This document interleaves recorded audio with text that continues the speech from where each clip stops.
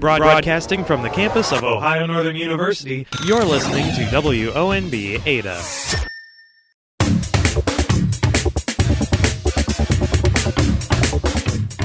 Welcome, folks, to another edition of the Weekly Sports Conversation on WMB Sports Radio. My name is Grant Pepper, and this week I'm here with Anthony Pavone, a freshman lacrosse player at Ohio Northern. Pavone starts at attack for the Polar Bears and has scored 5 points so far this season. Anthony, how are you doing today? I'm doing great. How about yourself? I'm doing fine. So you guys are 2-1 right now, coming off a 20-6 win over Concordia last Saturday. What are some things that you guys did well on Saturday and are doing well as a team right now? Well, on Saturday we didn't play as well as we would like, but we did get the ball rolling, and we made some changes throughout the game that really helped us out in the long run. Last Wednesday, you guys went to Randolph College in Virginia, but lost by 1 point. What was that road trip experience like, especially being your first trip as a team? Well, it was fun. Being the first team to ever go on a road trip here for the lacrosse community at ONU was definitely an experience, and all the guys really bonded. You got a new roommate. Besides the fact that we lost, obviously it was a great time overall. Got a pretty well experienced game under our belts, so when that time comes again, we'll be ready for it. A lot of athletes have to spend one or more breaks on campus over here. What was that like, spending spring break with your team on campus? It was fun. We had the whole campus to ourselves. We had a lot of time to bond and get to know each other more than we usually do when there's a bunch of other people on campus, so I liked it. It was a great time. What are some things that you guys are working on improving on right now, and some specific things that Coach St. Laurent has stressed at practice recently? We just got to be more disciplined on and off the field. Mainly on the field, though, we, as being the first freshman team, we get kind of nervous and uptight a little bit, and that definitely shows on the field. So we're definitely just trying to be more disciplined and getting the ball where it needs to be. Coming into the season, you guys were picked to finish 7th in the OAC out of 8 teams. What are some of your team's goals for this season, being your inaugural year? Well, our top goal is to win the OAC, hands down. The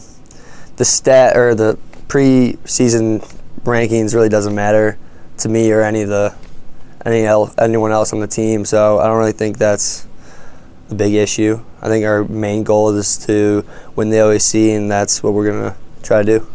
And what's that like, thinking about playing for ONU's first ever lacrosse team? I love it. I mean, building the foundation, it's a great experience for everyone on the team. It's just a different experience. Not many people get to do what we're doing here at ONU, and it's great. Do you feel pressure, because sort of individual or collective, because it's the program's first year? No, I feel like it takes all the pressure off. We have no standards to really hold up against, I guess you can say. There's no standard, so no, I don't feel like anyone has pressure on our team. What kind of standards is Coach St. Laurent sort of solidifying right now? What sort of standards are you guys putting yourself up against? Like you said, you don't really have any history to sort of compare yourself to here, but what kind of goals and standards are you setting for yourself right now in practice, off the field, on the field? The main one is definitely that we want to beat the good teams. The OAC is a fairly new lacrosse program. There's some teams that have been in there longer than others, but we want to beat the top tier team in the OAC, and that's definitely our main goal. Your team is made up of 35 guys, all freshmen, like you said. What was that like, arriving to campus this fall and realizing that you're all going to be fighting for playing time?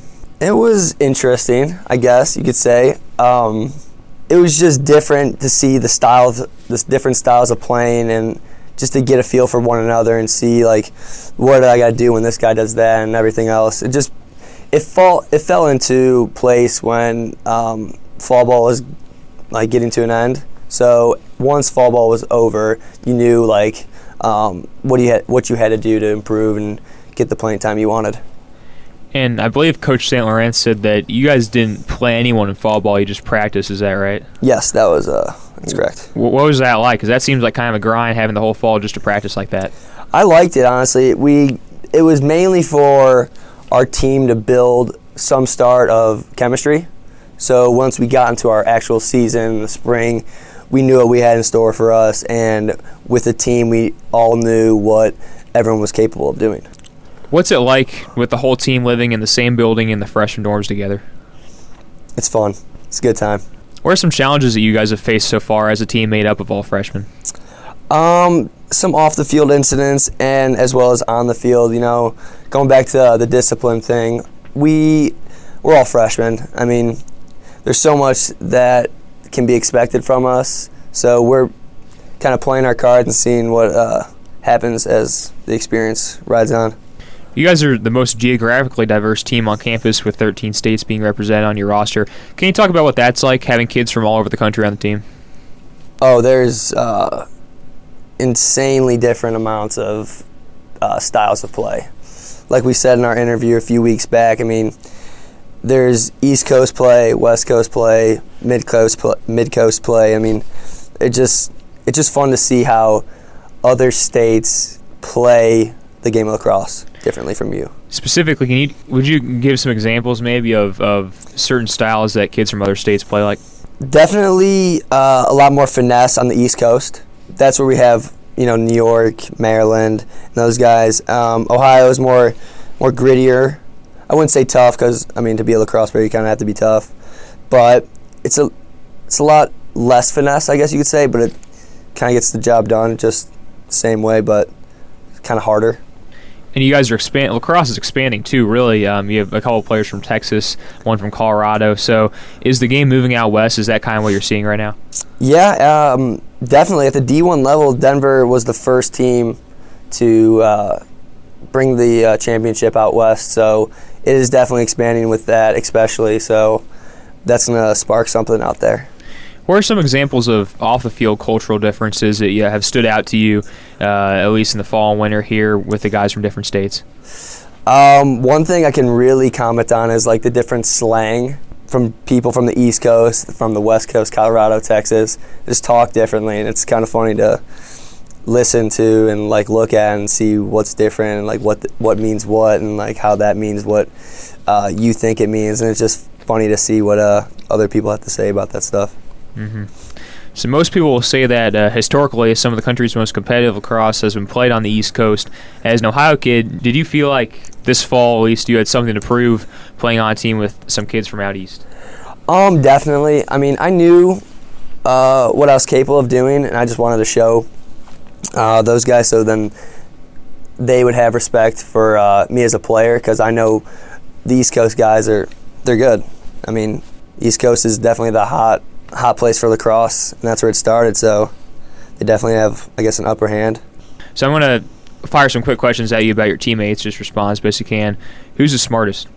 The smartest? You can say yourself. Sorry. No. I would go Steven Slagle. Who's the fastest? Probably Steven Slagle. Who's the best scorer? Max Weiss. Okay. Who eats the most? Andrew Markell. Who's the funniest? Dylan Palin. Okay.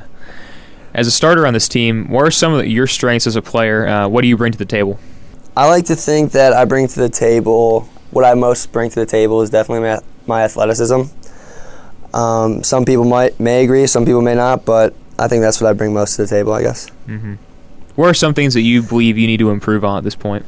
On offense, I definitely need to improve on just some minor things, shooting, off-ball stuff. And on defense, I need to, I've never really played defense, so I definitely need to get a strong foundation on defense.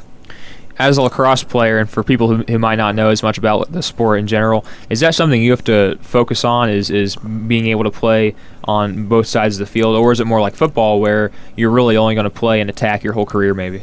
I think it corresponds with each other. Attack or offense and defense, you're going hard both sides. So, it takes the same energy out of you, same mindset, and it's all mental. If you're going to score, if you want to score, you're going to score. If you want to shut this guy off, you're going to shut this guy off. It's mental. Can you talk about what it's been like playing under Coach St. Laurent, who's a military man, having been in the U.S. Army Reserves? I love it. Practices are always hype, but when they're down, he hypes it back up. It's just different. I like it. Uh-huh. How do you think that your team, especially being made up of all freshmen, responds to that kind of coaching style? At first, definitely people were shocked. They're like, oh, it's different, it's challenging, but to be a college athlete, you got to put in the work, and Coach Saint definitely makes us put in the work. What kind of culture has he already established here at ONU in the program's first year?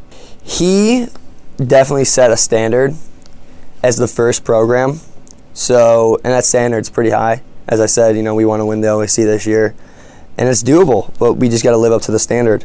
All right, we're going to take a quick break. When we return, we'll discuss Anthony's academic and athletic backgrounds. Keep it here. This is the Weekly Sports Conversation on WMB.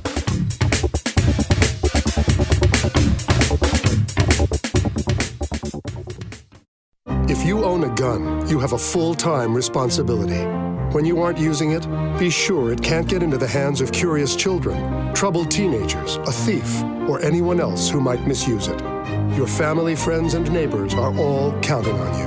Remember, always lock it up.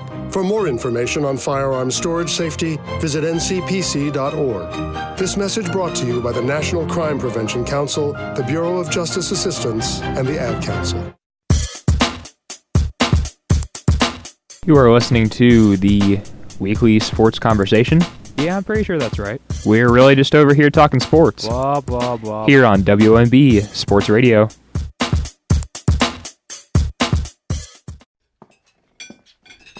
All right. I know this isn't any fun to talk about, but we should. So, who's going to do what? Flashlights? Nowhere to be found. Where to be found? Batteries? Dead. Great. Emergency supply kits? Not packed. No. What about blankets? We have an old towel. Good enough. Cell phones? May not work. Emergency water? Not a drop. And what about food? Nope. Perfect.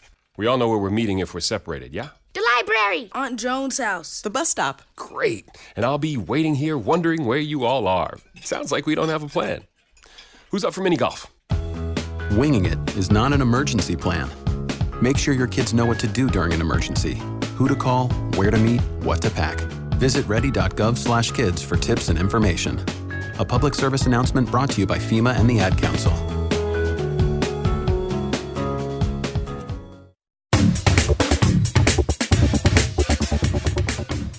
And we're back. My name is Grant Pepper, and this week I sat down with Anthony Pavone on another edition of the Weekly Sports Conversation here on WMB.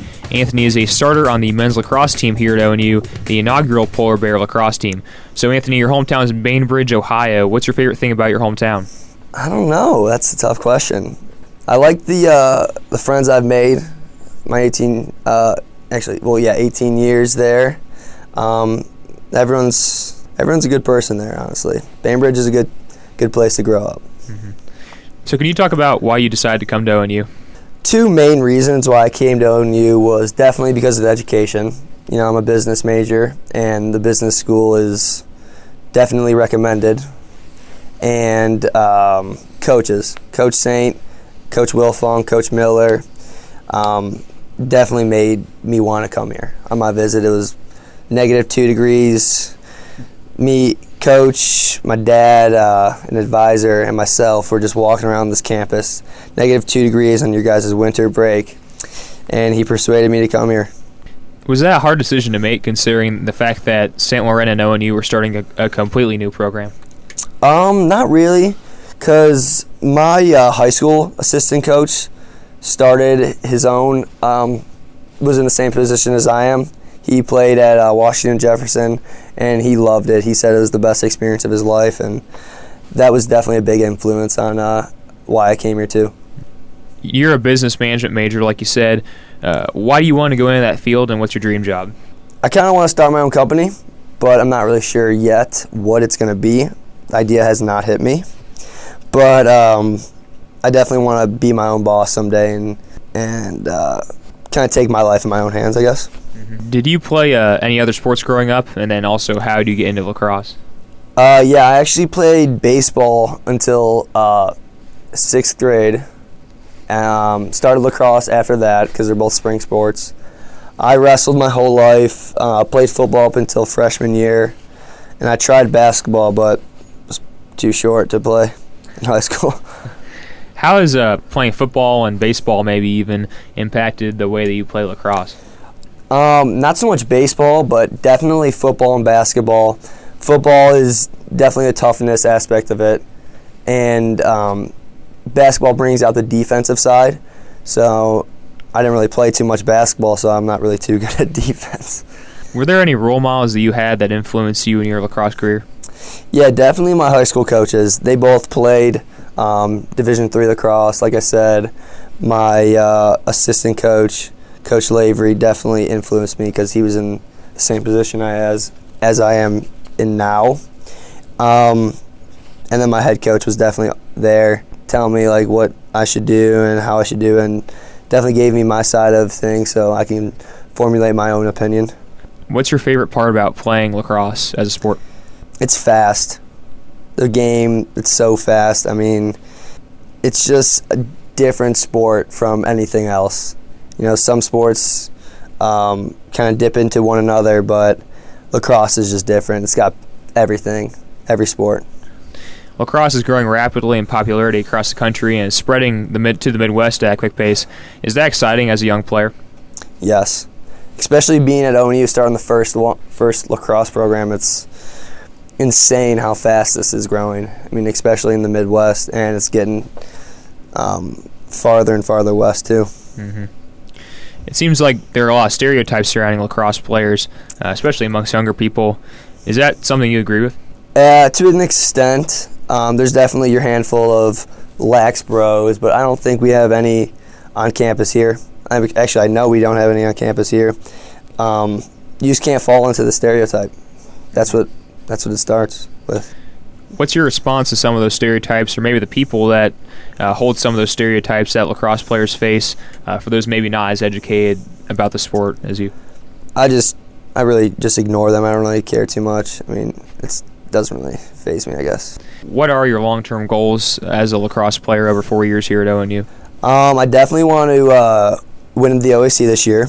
Definitely compete for a national championship over the 4 years. And I definitely want to have some individual goals on how many points I have each year and some accomplishments that I could get, like honorable mention or whatever awards they give out.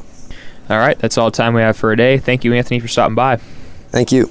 All right, make sure to keep it here on WMB Sports Radio as we will have the weekly sports rundown when we return.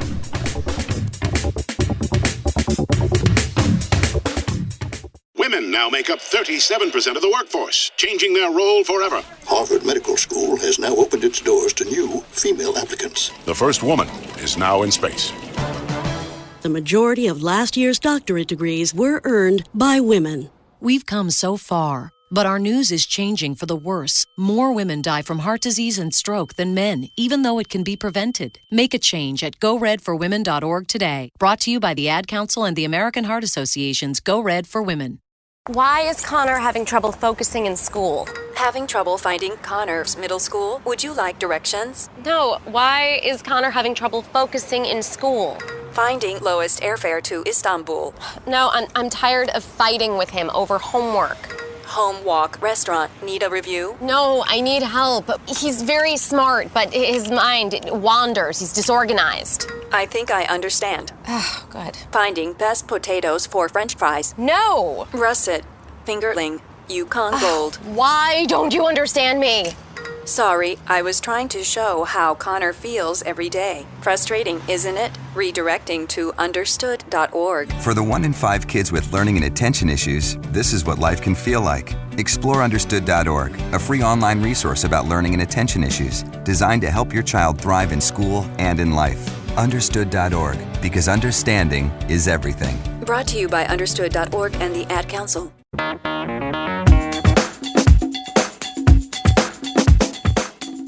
Welcome back, folks. My name is Grant Pepper, and this is this week's edition of the Weekly Sports Rundown here on WMB. The Ohio Northern baseball team split their trip to Florida last week. They went 4-4 in Auburndale, Florida over spring break. That includes wins over Rose-Hulman, St. John Fisher, St. Vincent of Pennsylvania, and Roger Williams.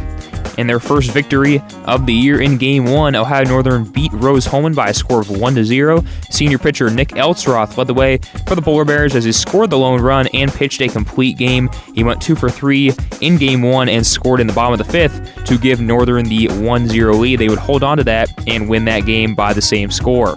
The Polar Bears' second win of the season would come against St. John Fisher the very next day. Sophomores Jordan Bostatter and Hayden Shenfield led the way for Ohio Northern as they took down St. John Fisher by a score of 9-4. The Polar Bears had 9 runs on 13 hits, while they held St. John Fisher to 4 runs on 3 hits. Senior Alex Crabtree earned the victory for Northern on the mound, pitching 6 innings and giving up just 2 hits on the afternoon. Crabtree's 1-0 on the season. The Polar Bears got their third win of the season against St. Vincent of Pennsylvania in the Orlando, Florida area on March 4th. The Polar Bears exploded for 22 runs in the win over St. Vincent as they improved to 3-3 on the season. They recorded a season-high 17 hits on the afternoon, while again recording 22 runs. 8 different Polar Bears recorded a hit in the contest. They are led by Dan McMullen, the sophomore catcher, and Dan Barna offensively. McMullen led the way with a game-high 5 hits on 5 of 7 hitting and added 4 RBIs and 2 runs to his name. And Dan Barna finished the afternoon 4 of 5 with 3 runs and 4 RBIs. Senior Ben Glashinsky earned the victory for Northern on the hill, pitching 5 innings, striking out 6 batters, and only giving up 3 hits. The next day on March 5th, Northern would get their 4th and final win of the road trip against Roger Williams in Game 2 of the doubleheader. They lost the first game 4-1, but won the second one 5-2 as they recorded 5 runs on 7 hits, holding Roger Williams to just 2 runs on 6 hits. Senior Alex Crabtree led the way for Ohio Northern. He went 5 innings on the hill, striking out 10 batters, a career high for him, while only allowing 3 hits in Game 2 of the doubleheader. He improved to 2-0 on the season with that win. Sophomore Brandon Kasberg led Northern offensively, going 2 for 3 during the game and recording 2 hits and 2 RBIs. Like I said earlier, Ohio Northern went 4-4 on that trip to Florida over spring break. Their next game, their first home game, will be against Oberlin on Saturday. This Saturday at noon, and 2:30 is when the doubleheader is slated for. So Ohio Northern will look to get off to a good start at their home field on Saturday afternoon. In other news, the Ohio Northern softball team finished with a 9-5 record in their Florida trip over spring break. They recorded wins over Houghton of New York, Concordia Moorhead of Claremont, Florida, as well as Johnston State, Alma, Immaculate, Cabrini, Webster of Missouri, Johnson and Wales, and Ursinus. The Polar Bears lost their 5 games to Augustana, Newman of Pennsylvania, Hanover, Catholic of Washington, D.C., and St. John Fisher. They will take their 9-5 record into their first home doubleheader this Tuesday against Bluffton. We will have that for you here on WMB Sports Radio. In their Florida trip, the Polar Bears were led by freshman Kylie Asmus, who batted .477 in the trip, appearing in all 14 games, recording 21 hits, 11 runs, 2 doubles, and 2 homers, along with 18 RBIs. She will be a player to watch this season for sure for the Polar Bears. On the other end of that, Amanda Leidy, the senior, bat .390 for the Polar Bears over spring break. She had 16 hits as well as 18 RBIs. Jenna Holler, who just received the honor of OAC Player of the Week for her performance over spring break, had 19 hits, bat .475, and had 14 stolen bases, one of the trademarks of her game, along with Anna Martin, the sophomore, who also accomplishes her on the base paths. She had 10 stolen bases on spring break as well. As for pitching, Kirsten Lytle, the sophomore phenom, started 5 of the 14 games, appearing in 8. She went 6-1 in those outings, recording 44 innings overall. Kirsten Lytle gave up 11 runs on 31 hits, as well as 9 earned runs. Although she did record 50 strikeouts, her ERA currently stands at 1.43 heading into regular season play. Kylie Asmus, as mentioned earlier, the freshman, pitched in 2 games, starting 2 games there on the mound for the Polar Bears. She went 0-1. On the mound also for the Bears is freshman Caitlin Serdage, who started 7 games for the Polar Bears. She recorded a 3-3 record, pitching 39 innings, second only to Lytle, and she gave up 44 hits, 29 runs, and 21 earned runs. Her ERA currently sits at 3.77 heading into the regular season.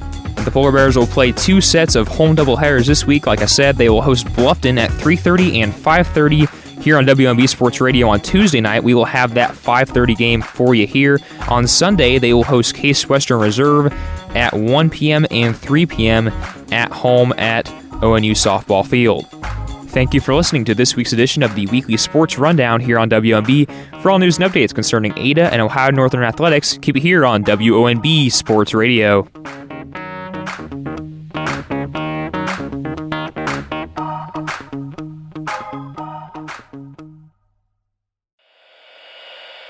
This is the news. This morning, we are saluting the 2.2 million women who have joined in the war effort. They now make up 37% of the workforce, changing their role forever. The prestigious Harvard Medical School is breaking ground today, opening its doors to new female applicants. Today, little girls all over the world look to the sky, where the first woman is now in space. Military stereotypes are challenged today with the trailblazing promotion of a U.S. female officer to 4-star general. It was just announced that the vast majority of last year's doctorate degrees were earned by women. We've come so far, but our news is changing for the worse. More women die from heart disease and stroke than men, even though it can be prevented. Make a change at goredforwomen.org today. Brought to you by the Ad Council and the American Heart Association's Go Red for Women. If you're a single man under the age of 35, you'd probably like to know what the ladies are looking for on an online dating site. A guy who had a few drinks and later got pulled over for buzzed driving. See, that could cost you around $10,000 in fines, legal fees, and increased insurance rates. And doesn't a guy who's back living with his parents but calls them my roommates just scream Mr. Right? Buzzed, busted, and broke. Because buzzed driving is drunk driving. A message from the National Highway Traffic Safety Administration and the Ad Council.